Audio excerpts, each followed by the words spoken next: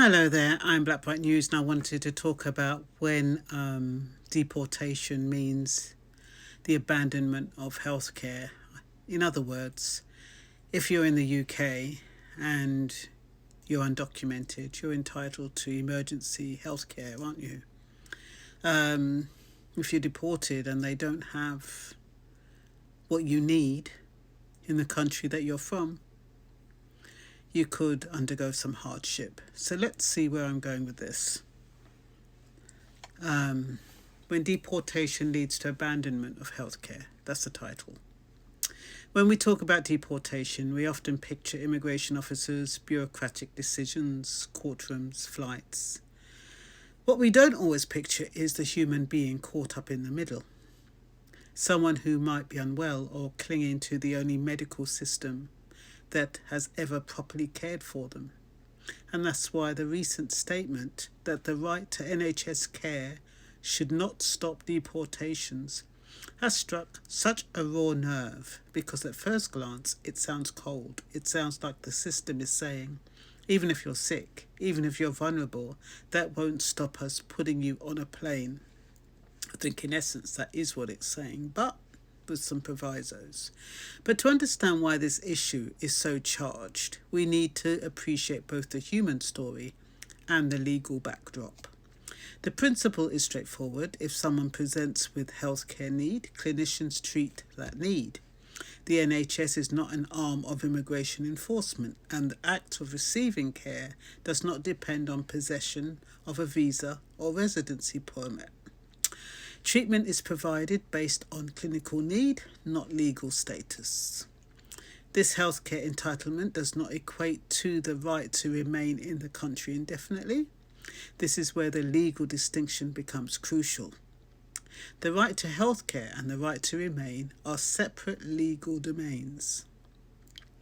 Healthcare falls under public health law and medical ethics. Removal and deportation fall under immigration law and authority of the Home Office. The recent statement simply reinforces this separation. A person may be entitled to NHS treatment while they are physically present in the UK, but that entitlement does not, on its own, create a legal basis to block or delay deportation. Let's think about a person at the centre of all this. Not a statistic, not a case number, but a real individual. Imagine someone who's fled a war zone or escaped an abusive situation or came here on a visa that ran out years ago because they were too frightened to go back home. Imagine someone who, in the middle of all of that chaos, discovers they have serious illness like cancer or heart disease, a chronic condition that requires medication they cannot get in their home country. Maybe they've finally found a GP who treats them with dignity. Maybe it's the first place they felt safe enough to breathe. Now imagine telling that person your right to NHS care doesn't matter here. It won't protect you from deportation. Even if stopping your medication puts you at risk, this won't change the outcome. So this is where the controversy begins, at the point where human vulnerability meets the machinery of the state. From a legal perspective, the issue isn't as simple as whether someone deserves healthcare. Everyone who is in the UK, regardless of immigration status, is entitled to necessary, urgent NHS treatment. That's part of our national values. Doctors treat first, questions about passports come later, and rightly so. But immigration law operates on a different track. It asks, are you lawfully here? If not, do you meet any of these exceptions? Do you have an ongoing legal appeal? Are you at risk if you return home? The law has long said that in exceptional cases, medical needs can prevent deportation, but only if the absence of treatment abroad would cause inhuman or degrading suffering. That's a very high threshold. In fact, the courts have made it harder and harder over the years for someone to use medical grounds to stop removal. So when someone says the right to NHS care should not stop deportations,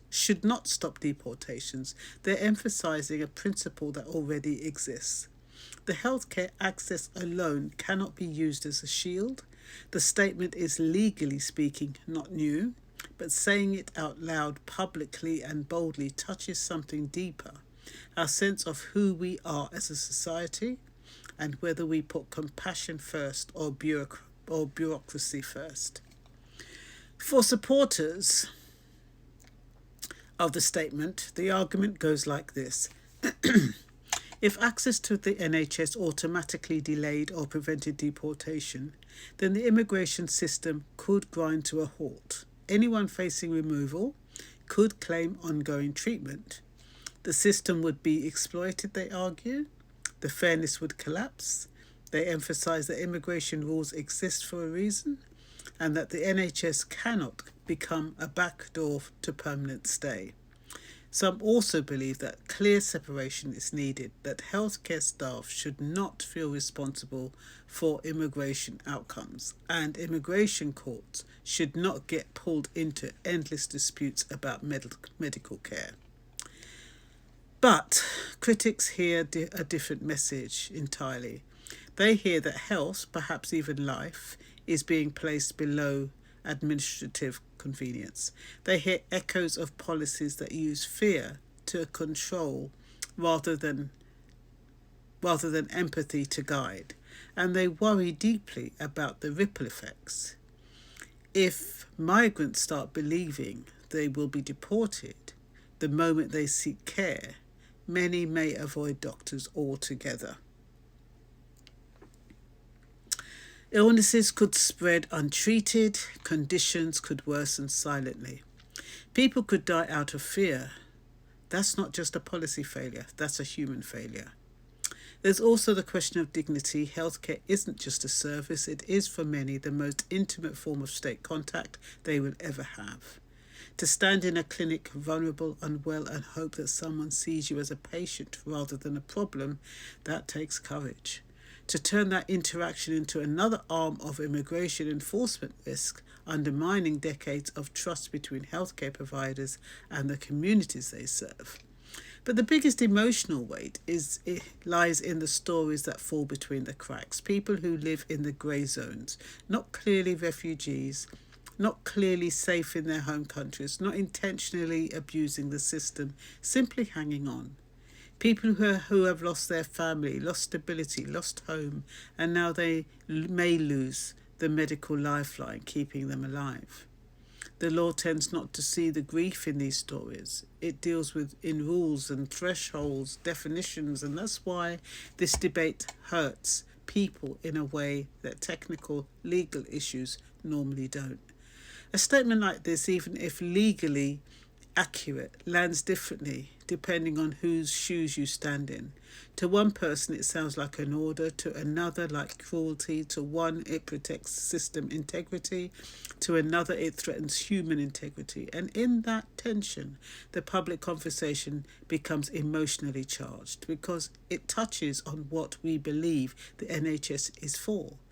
Is it just a service, a legal entitlement, or a symbol of who we are, a marker of compassion, a promise that illness will never be met with indifference?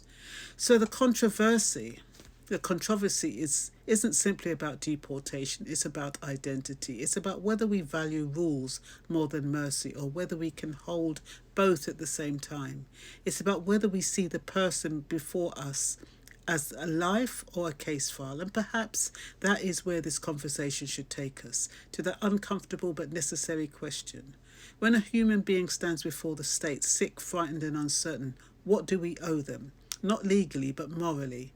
Because law shapes society, but society shapes law, and it is this tension between the two forces that we decide what kind of country we want to be. In summary, the assertion that the right to NHS care should not stop deportation reflects a legal reality rather than a shift in policy. The NHS provides necessary emergency treatment to anyone present in the UK, but immigration status remains the ultimate determinant of whether someone may lawfully stay. Only in exceptional cases based on strict human rights standards can medical conditions prevent removal. This framework maintains clarity between healthcare provision and immigration control, ensuring that each system functions according to its own legal obligation and operational responsibility.